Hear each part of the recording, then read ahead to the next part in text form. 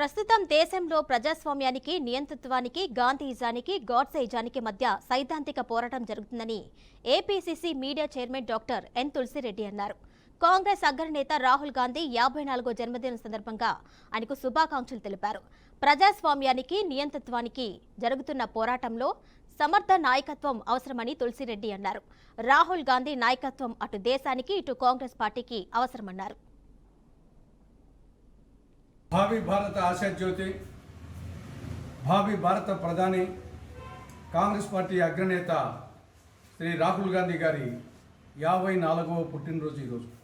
ప్రస్తుతం ఈ సైద్ధాంతిక పోరాటంలో ప్రజాస్వామ్యానికి, గాంధీయిజానికి, లౌకికవాదానికి, సన్మార్గానికి ప్రతీకగా, ప్రతినిధిగా ఈవైపు కాంగ్రెస్ పార్టీ ఉంది. మరొక వైపు బీజేపీ, మోడీ గారి నాయకత్వంలో బీజేపీ ఉంది. ఈనాడు దేశంలో దాదాపు అన్ని రాజ్యాంగ వ్యవస్థలు, సిబిఐ, ఈడీ, ఐటీ, ఎన్ఐఏ, ఎన్నికల కమిషన్, ఇలాంటి రాజ్యాంగ వ్యవస్థలన్నీ బీజేపీ పాలనలో నిర్వీర్యమైపోయాయి. ఈ పరిస్థితుల్లో ప్రజాస్వామ్యాన్ని, దేశ స్వాతంత్రాన్ని, రాజ్యాంగాన్ని కాపాడుకోవాల్సిన బాధ్యత ఈనాడు ప్రతి పౌరుని మీద ఉంది.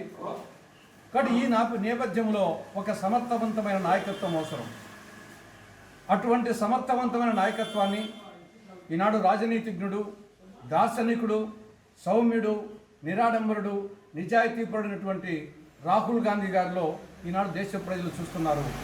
కాబట్టి ఈ నేపథ్యంలో రాహుల్ గాంధీ గారికి ఆయన జన్మదిన సందర్భంగా ఆంధ్రప్రదేశ్ కాంగ్రెస్ కమిటీ తరఫున, కడప జిల్లా కాంగ్రెస్ పార్టీ తరఫున హృదయపూర్వక శుభాకాంక్షలు తెలియజేస్తున్నాం.